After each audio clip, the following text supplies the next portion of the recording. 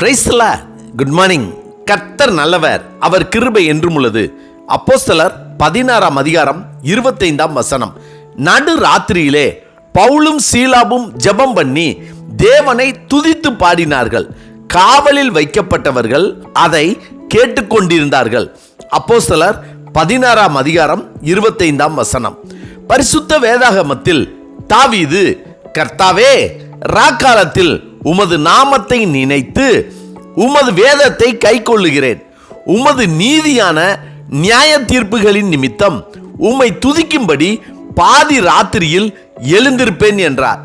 கர்த்தர் அதை கேட்டு தாவீதை சுற்றிலும் நெருக்கிய எல்லா சத்துருவிடமிருந்தும் தப்புவித்தார். பிரதான ஆசாரியனும் அவனோட கூட இருந்த சதுசேயர்கள் அனைவரும் எழும்பி பொறாமையினால் நிறைந்து அப்போஸ்தலர்களை பிடித்து சிறைச்சாலையிலே வைத்தார்கள். கர்த்தருடைய தூதன் ராத்திரியிலே சிறைச்சாலையின் கதவுகளை திறந்து அவர்களை வெளியே கொண்டு வந்தான். அதேபோல் பேதுரு சிறைச்சாலையில் இருக்கும்போது அவனுக்காக சபையார் ஒருமனப்பட்டு ஊக்கத்தோடு ஜெபித்தார்கள். உடனே சிறைச்சாலையின் கதவுகள் தானாக திறந்தன, கட்டுக்கள் கலன்று விழுந்தன.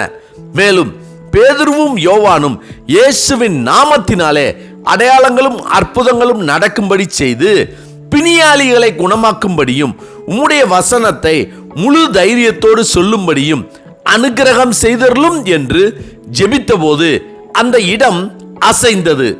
பவுலும் சீலாவும் சிறைச்சாலையில் அடைபட்டிருந்த போது சிறுமைப்படுத்தப்பட்டு கால்கள் கட்டப்பட்டு காயத்தோடு வேதனையோடு ஜெபித்தார்கள்.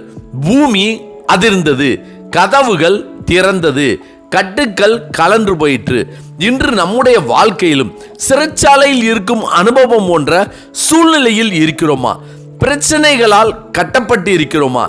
ஆண்டவராய் இயேசு கிறிஸ்துவிடத்தில் விசுவாசத்தோடு நம்பிக்கையோடு அவரை பற்றி கொண்டு வாழ்ந்த பேதுருவையும் பவுலையும் போல நாமும் ஜெபித்தால் நம்முடைய பிரச்சனையான கட்டுக்கள் கலன்று போகும்.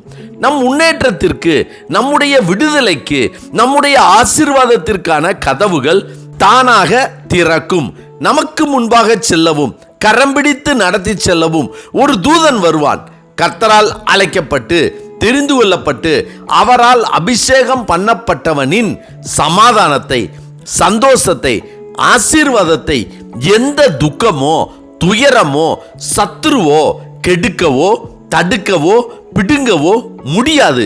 எனவே இதை நாம் மனதில் கொண்டு நம் பிரச்சனைகளை கண்டு, கட்டுக்களை கண்டு, சூழ்நிலைகளை கண்டு கலங்கி நிற்காமல் பாதி ராத்திரியிலே எழும்பி வேதத்தை தியானித்து கர்த்தருடைய நாமத்தை துதித்து பாடி ஊக்கத்தோடு ஜெபித்தால் சத்துருவை மட்டுமல்ல அவர்கள் கண்களுக்கு முன்பாகவே இந்த உலகத்தையே ஜெயிக்கலாம்.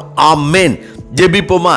சர்வ வல்லமை உள்ள சேனைகளின் தேவனாகிய கர்த்தாவே, பரிசுத்த ஆவியானவரால் அழைக்கப்பட்டு தெரிந்து கொள்ளப்பட்டு அபிஷேகம் பண்ணப்பட்ட நாங்கள் எங்களுடைய சூழ்நிலைகளையும் அடைக்கப்பட்ட அனுபவங்களையும் கண்டு மனம் துவலாமல், பயப்படாமல், வேதனைப்படாமல் நடு ராத்திரியில் எழுந்து உம்மை பாடி துதிக்கத்தக்க கிருபையின் வரங்களை கர்த்தர் எங்களுக்கு தரும்படியாய் நாங்கள் ஜெபிக்கிறோம். கர்த்தாவே, இந்த நாளை நீர் எங்களுக்கு கொடுத்ததற்காய் நன்றி. இந்த நாளில் பிறந்த நாள், திருமண நாள் காண்கின்றவர்களையும் அதிசயத்திற்காகவும் அற்புதத்திற்காகவும் வேண்டுதலோடு விண்ணப்பத்தோடு காத்திருக்கிற யாவர் மேலும் உம்முடைய கரம் இருக்கும்படியாய் நாங்கள் ஜெபிக்கிறோம். கர்த்தாவே, எங்கள் ஜெபங்களை கேட்டு எங்கள் தேவைகளை சந்திக்க வேண்டும் என இயேசு கிறிஸ்துவின் நாமத்தில் ஜெபிக்கிறோம் நல்ல பிதாவே. ஆமேன், ஆமேன். கர்த்தர் நல்லவர், அவர் கிருபை இன்று முழுவதும் நம்மோடு கூட இருப்பதாக. ஆமென்.